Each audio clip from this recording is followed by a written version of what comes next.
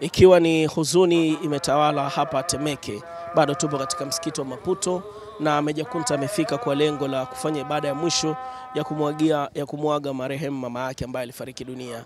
Baada ya kudondoka, tunaelezwa alikuwa huko kusini kwa ajili ya kwenda kufuatilia biashara zake, kwenda kuchukua mzigo wa samaki kwa ajili ya kuja kuuza. So bahati mbaya ndio akaweza kudondoka na kufariki dunia. Ni kifo cha ghafla. Meja Kunta mwenyewe yuko hapa na atatueleza vizuri namna ambavyo ilivyokuwa mpaka ikapelekea mauti kwa mama yake mzazi. Meja, pole na msiba. Asante sana bro. Asante. Najua namna ambavyo ulikuwa na mama na nini, watu wengi wanafahamu. Labda tuelezee tu taarifa ilivyokuwa. Najua haupo huku, ili kufikiaje na nini hasa kipelekea kifo. Mimi mamangu anafanya biashara za samaki.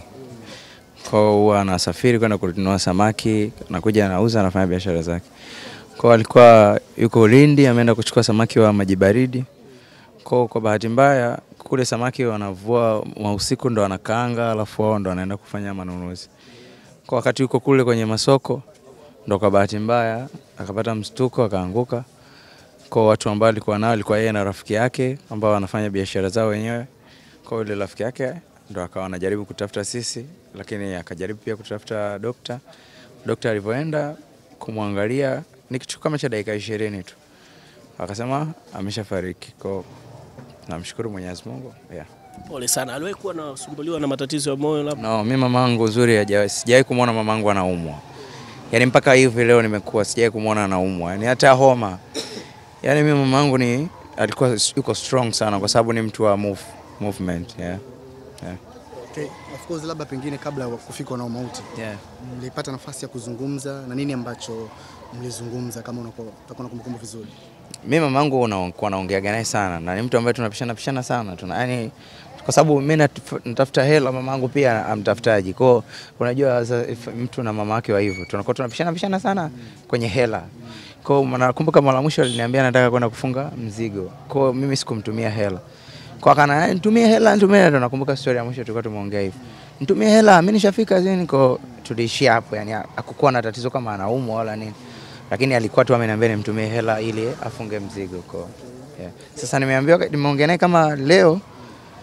Yaani kama leo, kesho usiku ndo napata hiyo taarifa ya msiba, kwa sababu hata kule ameenda kama ana siku 4 hivi. Utamwenzi kwa lipi mama? Kipi ambacho alikuwa anakifurahia kwenye maisha yako ya muziki? Mamangu kwanza ndo supporter mkubwa sana. Mimi mamangu na babangu, mamangu ndo shabiki yangu sana kuliko baba. Mamangu alikuwa mimi kipindi naanza kufanya music naimba, mamangu alikuwa ananisupport, yani sio kunisupport ile, ananisupport, yani unaweza kumkuta mamangu ana company kubwa. Mamangu kina Mama D Voice ndo company yake. Huku nyumbani kwetu wale hao ndo kama madada yani. Kwa wage wana enjoyment zao, wanapenda kukaa, wanakunywa wenyewe wazazi. Kwa walikuwa wanapenda wakikaa muziki inayopigwa ni ya kwetu. Kwa imagine mamangu anaenda kukaa yuko sehemu zake anakunywa kinywaji na wenzake, alafu ana play muziki yangu. Anacheza, anaonyesha kwamba mimi na support, anakuja kwenye mashow. Mimi wazazi wangu wote wanakuja hadi kwenye shows. Yaani mimi nakuwa naimba, wazazi mamangu yuko pale chini. Mama na baba wameseparate, lakini wanakuaga wana enjoy zao tu, yani fresh, wana chill. Kwa hivyo namkumbuka kwa vitu vingi. Ni mtu ambaye mshikaji wangu. Amenifundisha vitu vingi, support everything. Tumesikia ni mtoto wa 3, lakini pia ni wa kwanza kwa kiume. Na tunajua mtoto wa kiume au kishakuwa mkubwa, majukumu na kila kitu.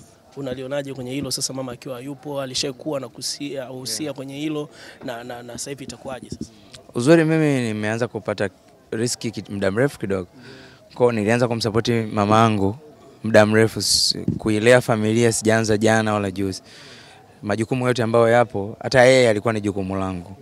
Kwa ni moja ya jukumu ambayo limeshuka. Sio kwamba inaongeza jukumu. Bado niko kwenye ile side ya kukea familia yangu kama zamani, tangia mama yupo mpaka leo. Kwa hamna kitakachopungua, kila kitu kiko vile vile. Unakuacha na wadogo zako wangapi ambao mko nao tumbo moja kwa mama? Mimi kwa mamangu niko peke yangu. Mamangu na babangu walipata bahati ya kupata mtoto mmoja tu. Mama na baba au kwa mama peke kabisa? Yani kwa mamangu, kwa mama tuko 4, kwa baba tuko 3. Kwa mama na baba wamepata mtoto mmoja tu, ndo niko mimi peke yangu. Pole sana. Mpenzi wako yuko naye amefanikiwa kufika? Yupo. Pole sana. Na uzuri kwa sababu ni rafiki yake wa karibu sana. ni mtu ambaye alikuwa anasapotiana sana, so nimefurahi kuona naye amenisupport. Ameomba aingie ndani na yeye amuoshe mama yangu, kwa sababu yeye ameshafanya hivyo kwa familia yake mara kadhaa.